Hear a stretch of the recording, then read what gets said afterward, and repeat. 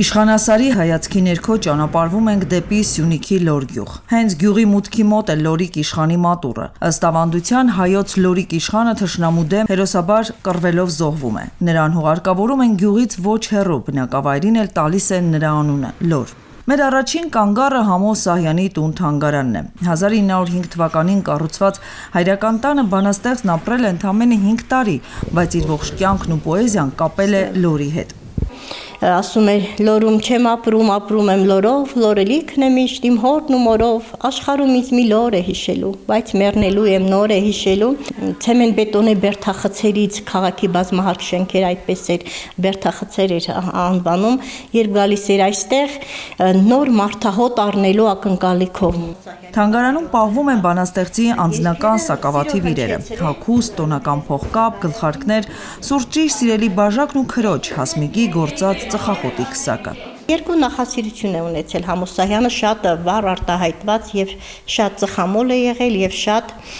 սրճամոլ է եղել։ Այստեղ է նաեւ նրա գրիչը, խորհրդավոր փորագրությամբ։ Հորագրած է առաջնորդում եմ ձեզ եւ ձեր լեռների մարդացումը, թող օրհնյալ լինի այդ մարդացման ճանապարհը։ Իրեն հարգող ամեն լորեցի մեծից փոքր անգիր գիտի Սահյանի տասնյակ բանաստեղծություններ։ Անգամ առօրյա խոսքն ու զրույցն է նրա տողերով համեմում։ Առհասարակ գյուղի փողոցներով քայլելիս անընդհատ ականատես ես լինում սահյանական տողերին, տան պատերին, դարպասներին փակցված են Սահյանի բանաստեղծական խոսքերը։ Գյուղապետ Դավիթ Արուստամյանի նախաձեռնությունն է, ում ինչ գյուղապետի հետ կզրուցենք մեռնող ապրողից, թանկ ու էժանից կամ նոր դուրս եկած գազեթից բանից, Համո Սահյանի հայրական տնից մեր ճանապարհը շարունակվում է դեպի գյուղի վերին հատված։ Իր ծնողներն են, իր հայրն ու մայրն են։ Այստեղ հուղարկավորված է գերեզմանը։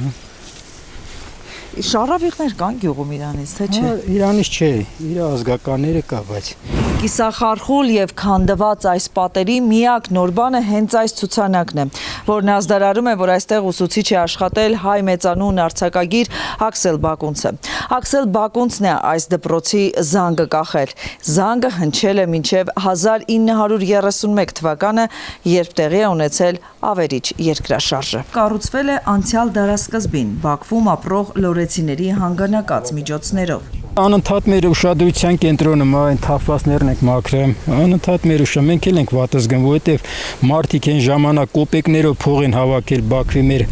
Լորի հասարակությունը, ստե դպրոց կառուցել, որ մենք ուսումը ստանան, մեր ծնողները, մեր պապերը ուսում ստանան, բայց մեր աչքի առաջ ինքը քանդվում է։ Դավիթ Արուստամյանը գյուղապետ է ավելի քան 30 տարի։ Երբ ամեն անգամ բացում է օրը, դեմս փռում է իմ բախտավորը, իմ փառավորը, իմ ճկնալորը։ 30-ական թվականներին եղել է պապիս այս գյուղում, որպես գյուղխորհրդի նախագահ, կոլտեսյան նախագահ, եղել է Սիսիանի առաջին գերագույն խորհրդի պատգամավորը, 2 նստաշրջան։ Նրանից հետո փոխանցվել է իմ հայրիկին, նույն աշխատանքը, հետո եղբորս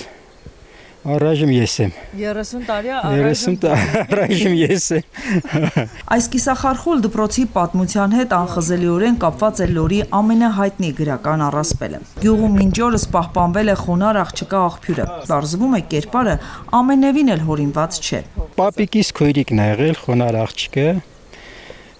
Մեր տունը առաջ եղել է գետի ափին, Բակունցն էլ ընդեղ էր ապրում, երևի այս ժամանակ վարձով թե ինչ որ տուն էին տվել։ Երբ որ խոնար աղջիկը ջուրն էր գալիս, մեր գյուղում ջուրը կենտրոնում է, այդ երևի դարերով այդ ջուրը տեղ է եղել, մարդիկ միշտ էլ օգտվում են, այժմ էլ օգտվում են այդ ջրից։ Ամեն անգամ հասնելուց խոնար աղջկան տեսել ու սիրահարվել է։ Եվ այդտեղից առաջացել է իր առաջին սերը, եւ իր գրածը, եւ իր պատմությունը։ Բակունցի ու Սահյանի գրական հետքերից այն կողմ այսօր Լորն ապրում է իր սովորական գյուղական կյանքով։ Այստեղ գործում է ընդամենը մեկ խանութ։ Խանութպանը չի ցանկանում տեսախցիկի առջև խոսել։ Ասում է, ով գյուղ է մտնում, իրենց խանութն է նկարում։ Ու արդեն բավականին ճանաչված են թե ինքը, թե խանութը ու հատկապես խանութի հսկա կշեռքը։ Պարտկացուցակը շատ են պարտք։ Շատ։ Քաղաքի անցուդարձից, աշխարհաքաղաքական իրադարձություններից հավաքվում ու զրուցում են հենց այս վայրում։ Ես անունը դրել եմ բողոքի դոմիկ։ Ո՞ւց եք բողոքում։ Ես չեմ բողոքում։ Բողոքողն է բողոքում։ Այս տարածքը միայն բողոքի դոմիկ չէ։ Պատերին ոչ թե ժամանակակից գովազդային պաստառներ են, այլ գյուղի կես-կատակ, կես-լուրջ ամենակարևոր փաստաթուղթը։ Եվ ստեղ փակսրած է հերթերը, ոչխարի հերթ, կովի հերթ եւ հայտարարություններն են փակցնում ստեղ։ Եվ մենք գալիս մեր հերթը նայում ենք, իմանում ենք, քշում տանում ենք անասունները։ Լորը նաև հարուստ հոգևոր պատմություն ունի։ Գյուղի կենտրոնում է 1666 թվականին կառուցված Սուրբ Գևորգ եկեղեցին, վերին հատվածում Սուրբ Հովհաննեսը։ Գյուղապետն ասում է, ուխտավորներ հատկապես գալիս են Սուրբ Հովհաննես եկեղեցի։ Ուխտավորները երբ որ գալիս են, ասում եմ, երազս եմ տեսել Սուրբ Հովհաննեսին, մոմ առել մեկը չոքա գնամ, կան ավանդույթներ։ Լորն ունի հարուստ անցյալ ու զբոսաշրջային ներուժ, բայց այսօր այն կիսում է հայաստանյան շատ գյուղերի ճակատագիրը, դատարկվում է ու ծերանում։ 30 տարի գյուղը ղեկավարող Դավիթ Արուստամյանի համար սա անձնական ցավ է։ Խոստովանում է, ամեն գնացողի հետ նեղսրտում ու տխրում է։ Ցերեկները ես որ գրասենյակից դուրս եմ գալիս կամ առավոտ գալիս եմ, այն անասունի ժամին մի քանի հոգի իրենց անասունները գնում են, ամբողջ գյուղով քայլում ես, այս ծերից են ծերեմ, մի մարդ չես հանդիպում, տխուր է, բա երևույթը տխուր է, բա ինչ է։ Սակայն գյուղապետը նկատում է, Լորը յուրօրինակ կենտրոն է։ Այստեղից ուղիղ կապ է բացվում դեպի Սյունիքի տարբեր անկյուններ։ Մեր գյուղը շատ գյուղերի հետ է սահմանակից, եւ Գորիսի գյուղերի հետ, եւ Կապանի գյուղերի հետ։ Կենտրոն ենք, համարյա թե կենտրոնում ենք գտնվում։ Իսկ գյուղը կարող է իսկապես կենտրոն լինել։ Հյուսիսարավ անցնման միջապես sense մենք դիմաց որ նայում ենք սարի կենտրոնով, հենց կենտրոնով sense անցնելվա հույս ունենանք որ այս տարի կսկսեն ու կաս։ Այսինքն այս դիմացի Հա, սարի դիմացով sense, հա, ուղիղ sense այն վերևացող այն շինությունների հա, այն վերևով, հա, մի քիչ վերևով sense անցնելվա գնա։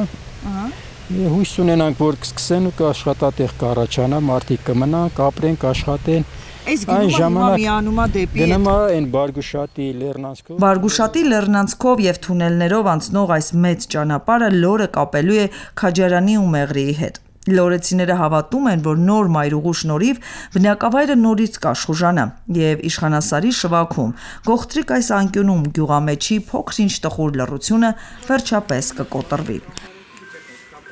Արմինե Գևորգյան, Տիգրան Մաթևոսյան, Ռադիոլուր, Սյունիք, Երևան։